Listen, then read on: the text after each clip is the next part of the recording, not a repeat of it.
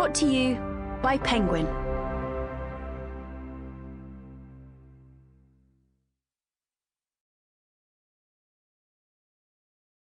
Almost Adults by Ali Pantony.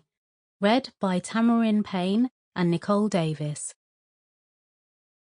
Love is like the wild rose briar, friendship like the holly tree. The holly is dark when the rose briar blooms, but which will bloom most constantly? The wild rose briar is sweeting in spring, its summer blossoms scent the air. Yet wait till winter comes again, and who will call the wild briar fair? Then scorn the silly rose wreath now, and deck thee with the holly's sheen, that when December blights thy brow, he still may leave thy garland green. Emily Bronte, Love and Friendship. Chapter 1. Natasha. Nat, come in. It's fucking January and you're only wearing a t-shirt, came his voice from inside the flat. The swearing took me back. I was the swearer. Matt only swore when he was angry, or when he was watching Question Time. How dare he be angry right now? What gave him the right? I was sitting on the roof, shivering in the cold and burning my throat with Johnny Walker. The whiskey was hot on my lips, my mouth, my throat, and hot trickling down into my stomach.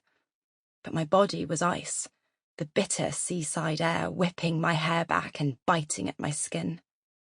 I remember liking the contrast. I remember everything about that night. An hour earlier, I'd been panicking because I couldn't get hold of Matt, and that hardly ever happened, even after 7 years together. He'd been at the pub with his friends and wasn't answering my WhatsApp, asking when he was coming home and if he could bring us a pizza from the Italian opposite the pub. I didn't think much of it. Probably had one too many ciders to check his phone, I thought. Besides, I wanted to binge-watch the end of the fucking world on Netflix with a glass of wine and 0 interruptions. I heard his key turn in the lock, a sound I loved, and dashed to the hall. "You didn't message me. I was worried about you," I said with a relieved smile.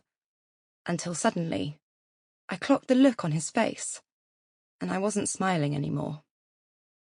Matt's expression, usually gentle and calm, was solemn, shell-shocked, etched with fear and panic, and for the first time in our 7 years together, I felt like I didn't recognize him.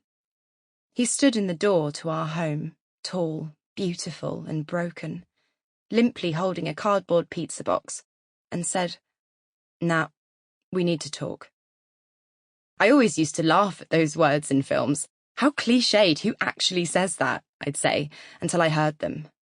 My chest turned tight, and something thick stuck in my throat so I could hardly speak. "What about?" I managed to mutter. "I can't do this anymore. I don't feel the same." You'd think the natural reaction to this would be instant tears, angrily demanding answers, maybe even throwing an IKEA plate or two. But not for me. To me, it felt so unbelievable, so unreal, that my body relaxed a little, calmed by the thought that this was just too farcical to actually be happening. "You're just drunk, right?" I tried to reason, nearly laughing.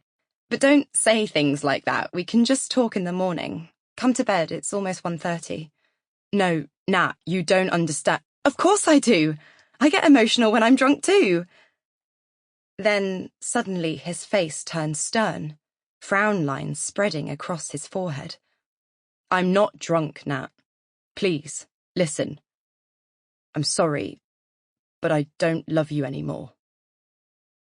The calm was suddenly snatched away. Then panic. Blind panic. The kind of panic that strikes your feet like a bolt of lightning and shoots up through your body, ripping through your insides as it goes, and eventually settles in your brain like a parasite. My body turned cold, and I started to shake uncontrollably. I couldn't understand it. This wasn't happening.